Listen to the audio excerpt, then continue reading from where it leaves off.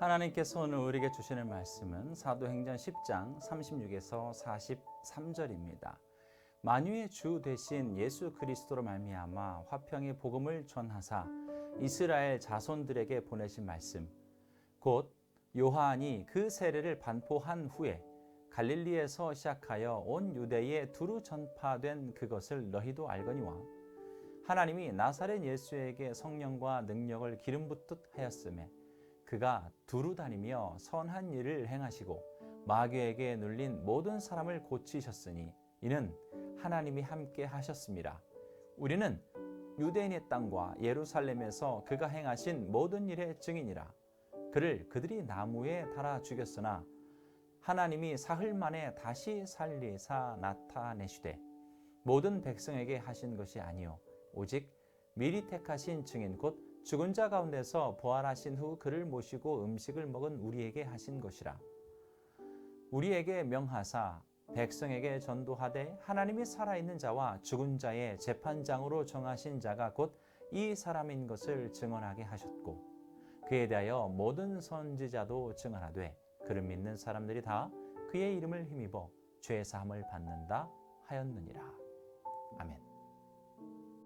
말씀을 따라 사는 청년 여러분, 평안하시길 바랍니다. 사도행전 10장의 이야기는 참 재미있는 부분입니다. 하나님께서 모든 사람에게 믿을 만한 증거로 주셨다는 예수 그리스도의 부활, 이 증거를 가지고 있는 베드로가 전통을 뛰어넘는 능력을 경험하는 이야기입니다. 하나님이 고넬료와 베드로에게 약 하루 정도의 시차를 두고 일하시는 것을 볼 수 있는 사도행전 10장인데요. 처음엔 무슨 뜻인 줄 몰랐다가 눈앞에 복음의 능력이 나타나게 된 것을 보고서야 깨닫게 되는 이야기를 할 수 있겠죠. 고넬료의 회심.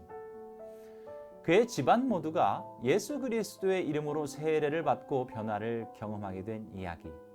무엇이 그 가정의 변화를 가져왔을까요? 오늘의 본문이 그 답입니다. 즉 베드로는 고넬료와 그의 집 앞에서 한 설교의 핵심 내용, 부활의 증언이죠. 즉 그는 간증을 한 것입니다. 그를 믿는 사람들이 다 그의 이름을 힘입어 죄 사함을 받는다는 명쾌하고 간결한 고백. 그가 직접 경험한 강력하고도 명확한 복음을 거침없이 증거했을 때에 성령의 일하심이 나타나게 됩니다. 그러니까 예수 그리스도의 부활을 증거하였을 때에 나타나는 변화입니다. 우리의 믿음의 근거와 변화의 능력이 무엇이어야 하는지 알려주는 대목이라 할 수 있겠죠. 바울은 예수 그리스도의 삶과 죽음과 부활의 명쾌한 진술을 철저하게 하나님을 주어 삼고 있습니다. 삶 위 하나님의 일하심을 정확하게 드러내 보여주고 있다는 뜻입니다. 하나님이 무엇을 하셨는가? 그리고 예수는 그 하나님에 대하여 무엇인가? 우리는 하나님의 역사하심에 대하여 어떤 자세를 가져야 하는가 말이죠. 베드로는 놀라게 되죠. 왜?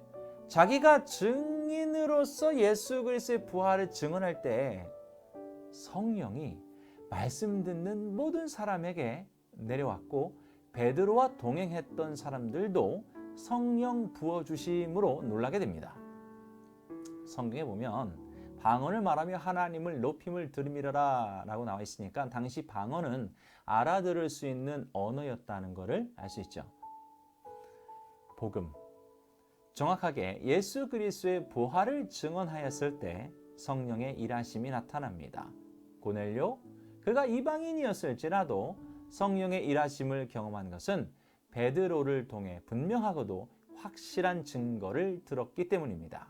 이런 변화, 우리는 경험할 수 없을까요? 일단 여러분, 복음을 전하되 정확하게 예수 그리스도의 삶과 죽음과 부활, 특히 너무나도 강력한 증거인 부활을 증언하시기 바랍니다.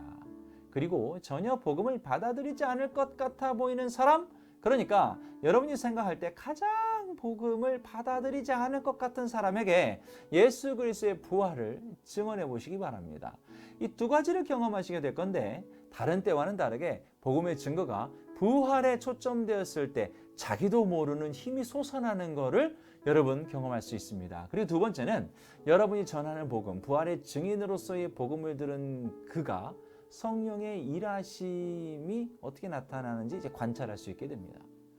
베드로가 복음의 정통, 이 정통을 전했을 때 그의 사고를 잡고 있는 전통이 깨어졌습니다. 성령의 일하심의 역사는 제한이 없습니다. 한계가 없습니다.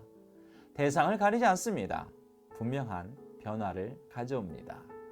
십자가에서 죽은 예수께서 어떻게 부활하셨는지, 그러니까 십자가에서 죽은 예수에서 그치지 마시고 부활하신 예수로 여러분의 삶을 변화로 이끄십시오. 부활의 증거, 이것을 간증으로 드러내는 일상이야말로 우리를 힘있게 하고 변화를 경험하는 하루로 이끌어 줄 것입니다.